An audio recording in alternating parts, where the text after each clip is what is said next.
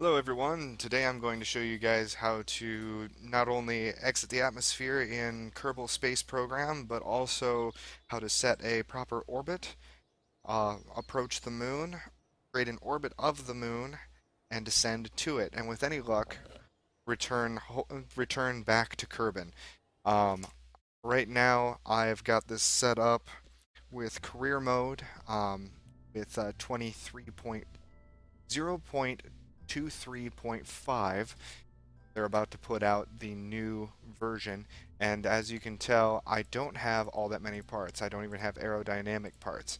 So I am going to build a really basic craft, which we will call Moonshot 2, because there's already a Moonshot 1 in this version. And from here, we'll develop a lander that will double as the escape vehicle for everything else. So most of this I will likely fast forward through.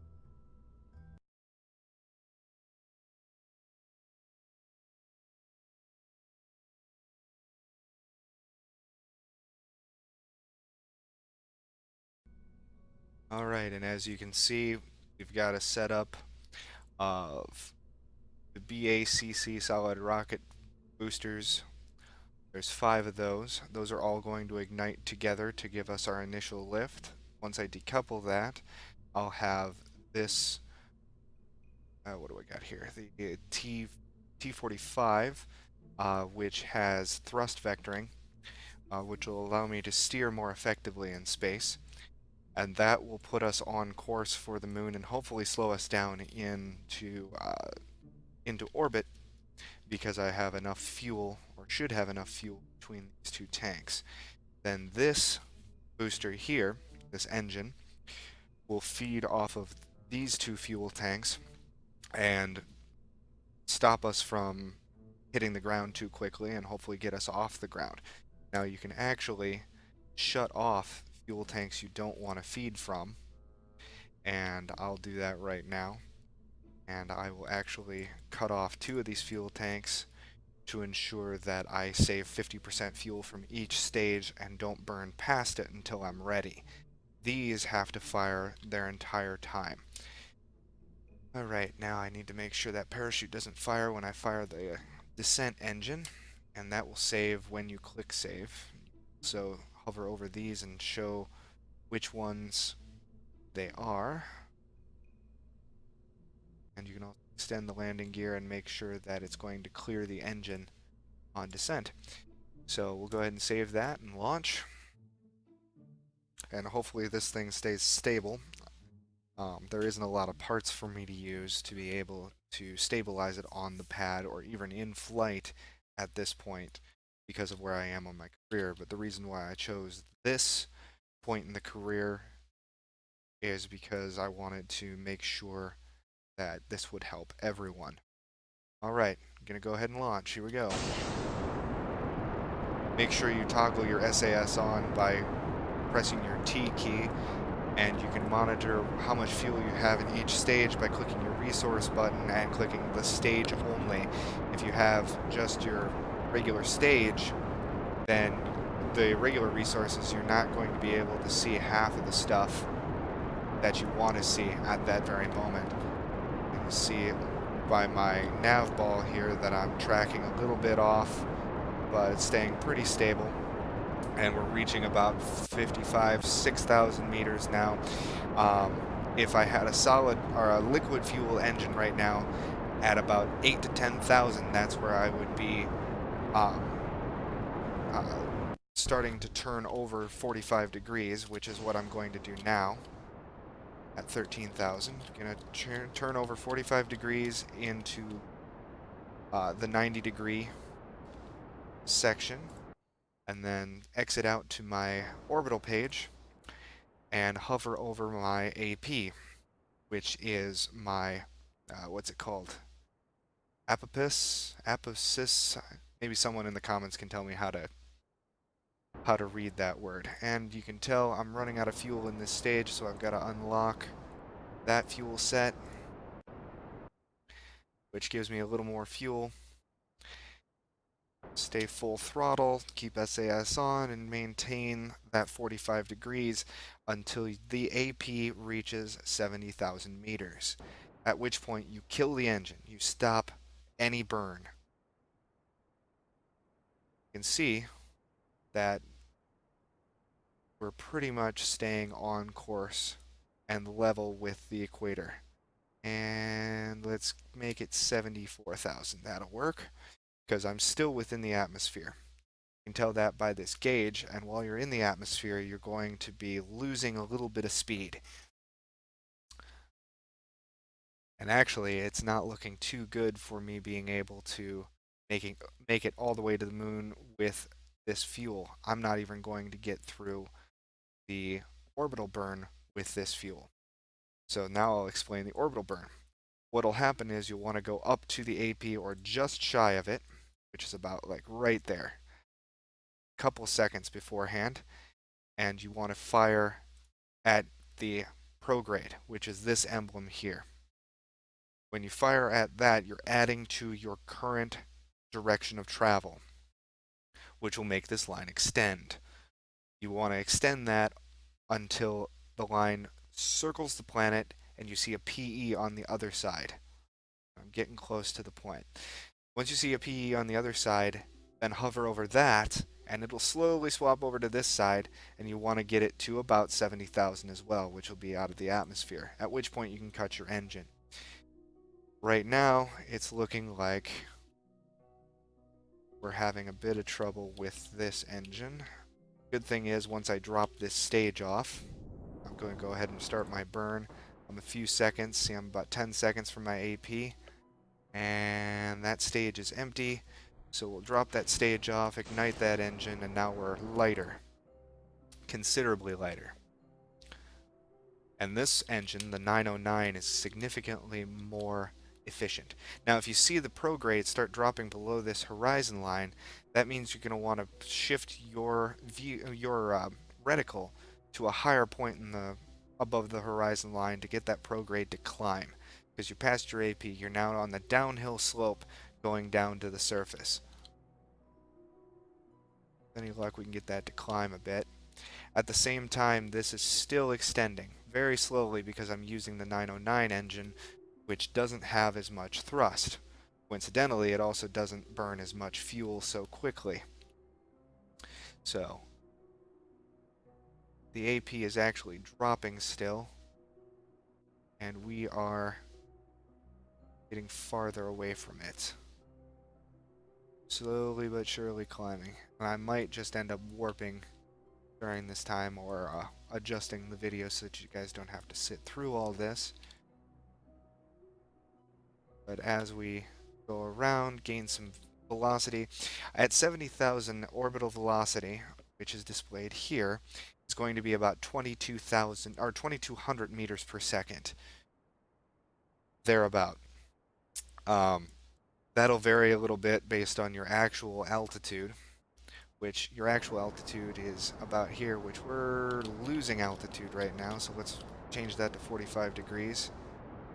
Still losing altitude. Not good. Oh, there's my AP. AP's climbing. There we go. And we're almost out of fuel in that first section. Or that last section there. So no guarantees we'll actually be able to make it back from the moon or even land on the moon at this point because of our lack of fuel. This design might have been lacking in fuel supply. I might have needed another stage to be able to get where I wanted to go. Almost there, come on. Gonna see this swap and appear on the opposing side. There we go. PE. Want that to climb. AP is gonna continue to climb on the other side.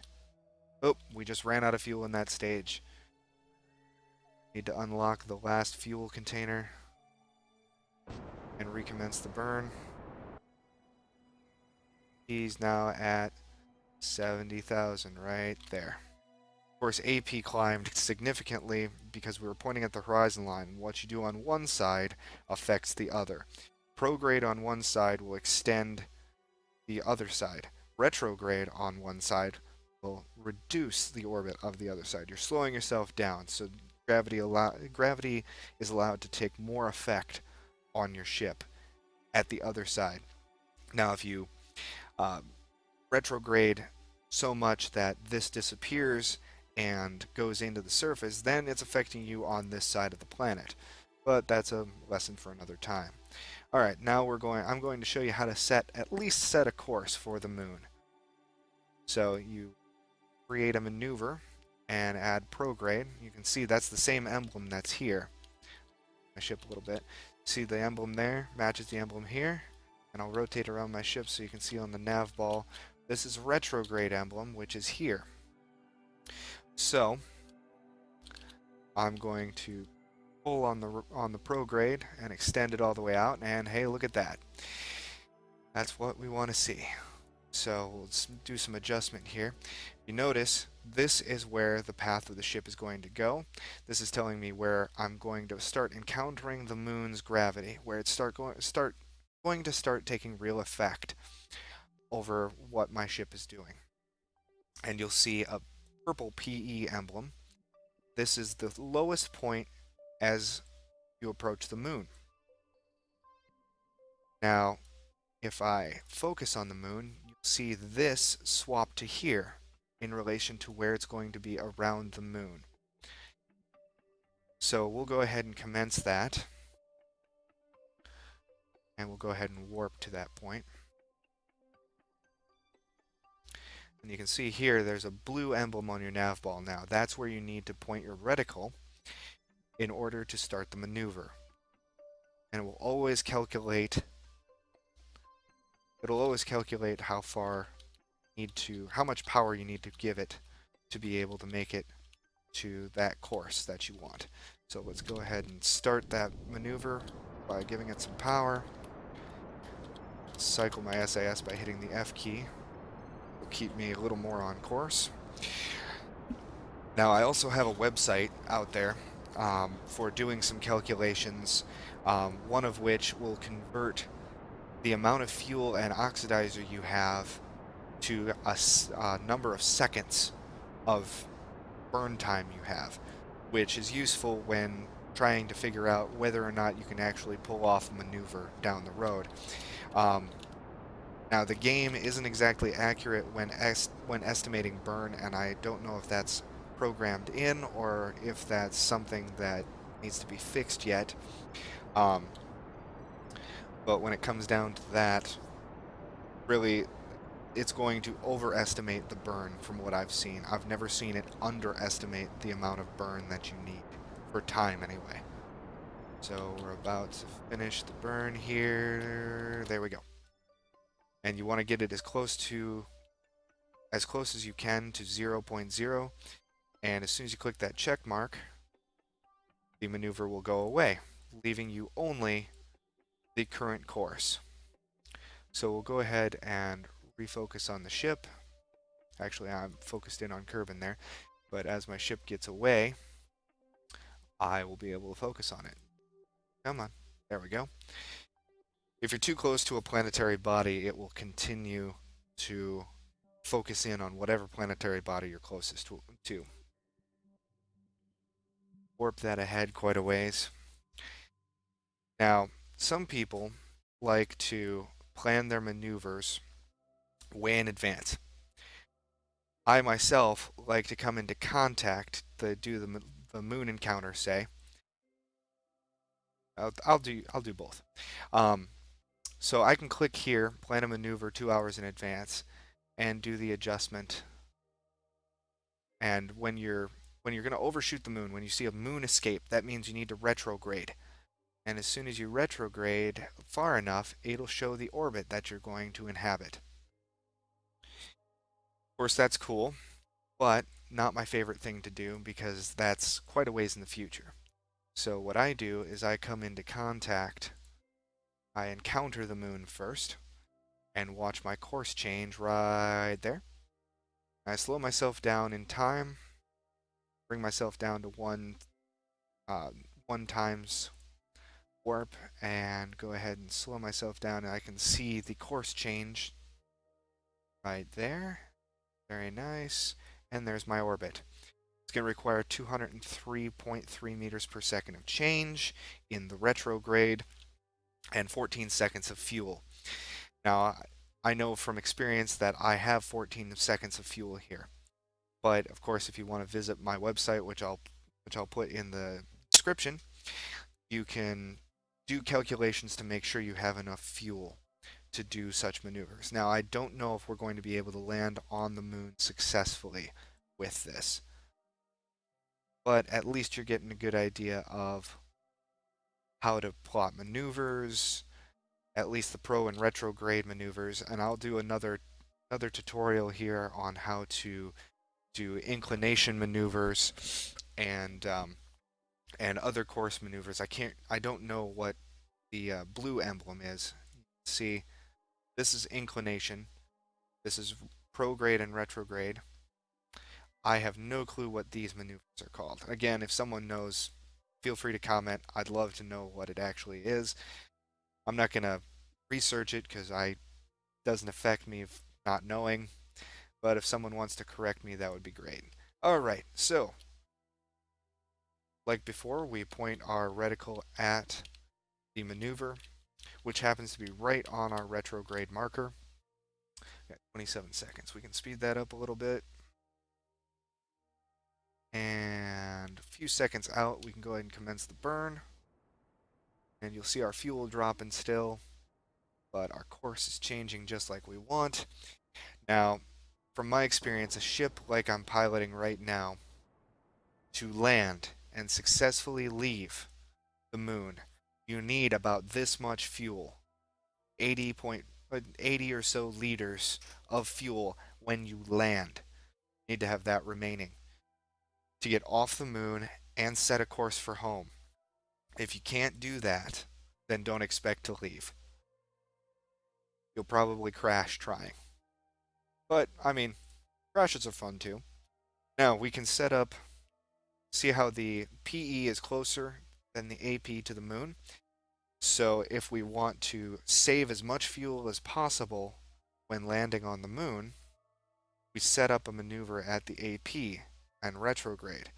Less fuel consumption to actually make contact with the lunar surface, because it's less speed that needs to be burnt off. Always attempt to land on the sun side of the moon unless you have lights on your craft, which don't get unlocked until later. 4 hours to warp. Any luck, it only has 54 meters per second, 3 seconds of burn. You should be capable of landing on the moon, or at least making a serious attempt at it. Alright. Stay put just like that in the orbital view. Swap this to a retrograde, which will point us at our maneuver. There we go. Speed that up. Now, I designed this ship with minimalist parts, and like I said, if I would have had a few more parts on it, a bit more fuel or another engine in another stage, I probably could have put boosters on this and got up here with enough fuel to make it home. But that's not really the goal right now. I can show you the overall process, and then it's up to you guys to do it right. If you have questions, let me know. I am available for questions if you want to post it to the comments. I'll also post a link to this on my website, and I also have a forum on my website for such occasions. I'll go ahead and commence the burn now. No reason to wait. And good. All right. 76 liters of fuel should be plenty to land on the surface if I gauge it right. So let's go ahead and warp to a closer section, which it looks like it's going to be about 3 hours until I need to start doing burns.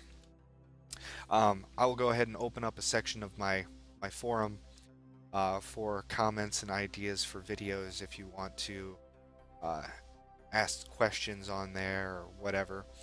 I'm more than happy to help you guys out. I'm doing this for all my friends. I actually run a personal server um, for dark multiplayer for this game, and I'm teaching them all the same thing. And I actually I'm putting this on YouTube specifically for a friend of mine because he's having some trouble landing on the moon. Okay, so we are 300 away. We're going to wait until we're about 200,000 meters from the surface, which is 200 kilometers. At which point, going almost 600 meters a second. When you're slowing down for contact with the moon, it's always retrograde. Now, that'll change a little bit when we come extremely close to the moon. But you don't want to commence a continuous burn from this point. If you were to do that, you're likely going to run out of fuel long before you make contact. So you only need to slow yourself down a certain amount. Now I'm actually going to wait until I'm 120,000 meters from the surface. I'm doing 600, gonna slow myself down. Gotta watch my fuel consumption because I'm going to need probably 20 liters to ensure I don't crash. And I can warp some more, closer, closer, closer, closer. There we go. Doing 500. Now, it automatically sets up for your skids to be set up for this button. You can also hit the G key for manipulating your skids. And you can see where that comes in handy. Extending your skids beforehand. This is a lesson that I didn't learn, but a friend of mine on my server learned. So always extend your skids when you're designing the ship to make sure it extends past your engine. Because if you have to land on your engine, more than likely it's going to blow up. Not exactly a good plan for a scientific mission. Alright, so you can see my retrograde changed as our slope changed towards the surface. And we're still doing a lot of speed here. But because of my lack of fuel, we don't want to do multiple burns. We want to get down faster rather than more slowly. Let's go ahead and warp a little bit farther to about 30,000, then we'll have to commence a burn. Now the trick about landing on the moon is that your altitude is not accurate. It's not a surface altitude. It's a altitude to the lowest point on the surface, which I'm not even sure where that is. On Kerbal, it's a sea level. So burn, burn, burn. Get us down to about 200 meters per second. And continue to warp on down. Now once we get about 10,000 meters, we're going to want to be under 100 meters per second, which I may have warped too quickly. But we're running out of fuel, so that's the problem. There we go. There we go. Nice. Plenty of fuel left, under 100 meters a second. As long as I don't screw this up, we should see a landing. Which I might have screwed it up because it looks like we're landing on a grade, which is very difficult. And for those of you who don't know terminology, grade is another word for slope. And if you know anything about putting something that's easily able to be tipped over onto a slope, it doesn't like to stay upright. Especially something as delicate as this. So, have to save as much fuel as possible. Another burn, getting really close. 20 liters. Oh, might have lucked out. You can see the slope there from that crater, which that's another thing I'll show you if I'm able to get on the ground. Go. Now we start a continuous burn and slow ourselves down to about 20 meters per second. And we're running low on fuel, so I'm hoping we can do this on a single attempt. Come on.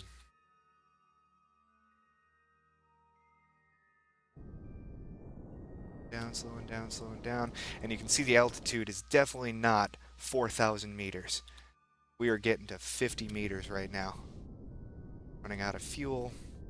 Got to slow down to about 7 meters per second is your maximum impact speed for these struts. Come on, come on. There we go. There we go. Nice and easy. See how she's tipping over? There we go. SAS off. Oh. This is another thing you can do if necessary, is to adjust. You can lift back off. There we go. And we're sitting stable. There you go. There's a moon landing for you. Now you'll notice if you keep your SAS on, the ship will try to right itself. Alright, so some things you can do while you're on the ground. You can notice I only have 9 liters of fuel left, so we're not getting off the surface. And we're low on electricity, so we really won't be able to send any information back. However, if we had a battery on this, we would likely be able to send back information. But you've seen this before, I'm sure, with flying in space. You can do your goo container, and there's 40 science. Now, here's the difference. You can transmit the information, or you can keep the data if you can return. If you can return, then keep the data. Make sure to land with this still on your device. If you don't, if this busts off, or if you jettison it, you lose those points. Your crew report on the moon. And we'll see. We'll see if we can transmit that. It might be inoperable. It's inoperable. I just entirely ran out of power. Okay, so the crew report is kind of cool. But you can see I have no ladder.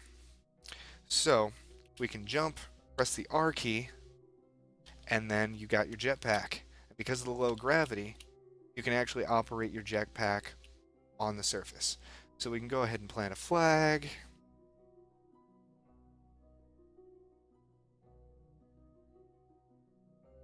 And we'll say Sins Gaming Tutorial Landing Site. We came, saw, we did stuff no one cares about. All right. Now, you can do an EVA report, which is worth some points. However, taking a surface sample is what's really worth the points. 120 points for that if you return. Otherwise, it's worth only 20. And I can't communicate while outside, so you have to do the EVA report and keep it, and then transmit it once you're back in the capsule. But we'll show you what a surface sample looks like. Why is he not taking the surface sample? Oh, guess he isn't going to do it. I swear I saw them bend down and take the surface sample. Alright, so now getting back into the ship, it's your shift key for up, control for down, and ASWD for moving in the directions of the camera. And you want to get close and hit the F key to grab. F key to board. And there you go. That's officially all I can do on the surface. Of course, if this was my regular game, I would have likely tried to get my Kerbal into the crater to plant the flag and get the surface sample. So, lifting off. I'll show you what it's like, but we're going to crash. So we'll set SAS on, and we'll power up when we're ready, and then we're going to tilt over 45 degrees immediately instead of the tilt over 45 degrees at 10,000 meters like on Kerbal. The only reason to do that is because you need to help escape the atmosphere as quickly as possible. So, go ahead and fire that up, and we'll burn off a lot of fuel and do the tilt over. Come on, adjust, adjust, adjust. Oh, we're at 45 degrees, and there goes the power. So, Same deal. When we're leaving the moon, we want to get this to a point that's capable of performing an orbit. So that would be about 20,000 meters is the minimum I would do. You could do about 10,000, but you're going to need a lot of speed. So if you do 20,000 meters, you come up to your AP, you do an orbital burn, which is prograde, just like we did before. Wait for the PE to appear on the other side and move around just like that. That's a matching orbit right there. And then while we're about to descend, once you're in the orbit, then you would perform, and you can shift these orbits, these maneuvers around the orbit.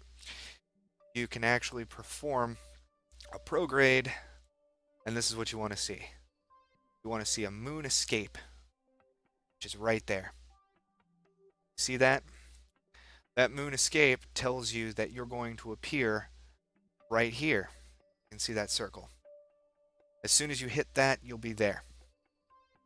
At which point, you make it to the AP, you do a retrograde until you make contact with Kerbal. And then you re-enter like any other time. Alright guys, I doubt I'm going to do that for a tutorial, but that shows you the process. Of course, you set those maneuvers as you go, and I'm sure that my guy is not very happy right now. Well, actually, he's quite happy until he realizes he's going to crash into the moon. But, as always, be sure to like and subscribe, and I hope you guys enjoyed the video and found it very instructive. I am going to crash my Kerbal into the surface. There he goes. Look at him go. 3, 2, nope, maybe a little bit longer than that. We'll zoom back and watch the parts scatter. But there's plenty of surfaces and areas to visit on the moon. There's also Minmus, which has a lower gravity. I'll show you guys some more impressive landings. And boom, there he goes, dead Kerbal. And there goes the parts. Alright, like I said, guys, like and subscribe. I'll probably split this up into several different videos just to make it easier to watch. And as always, catch you guys later.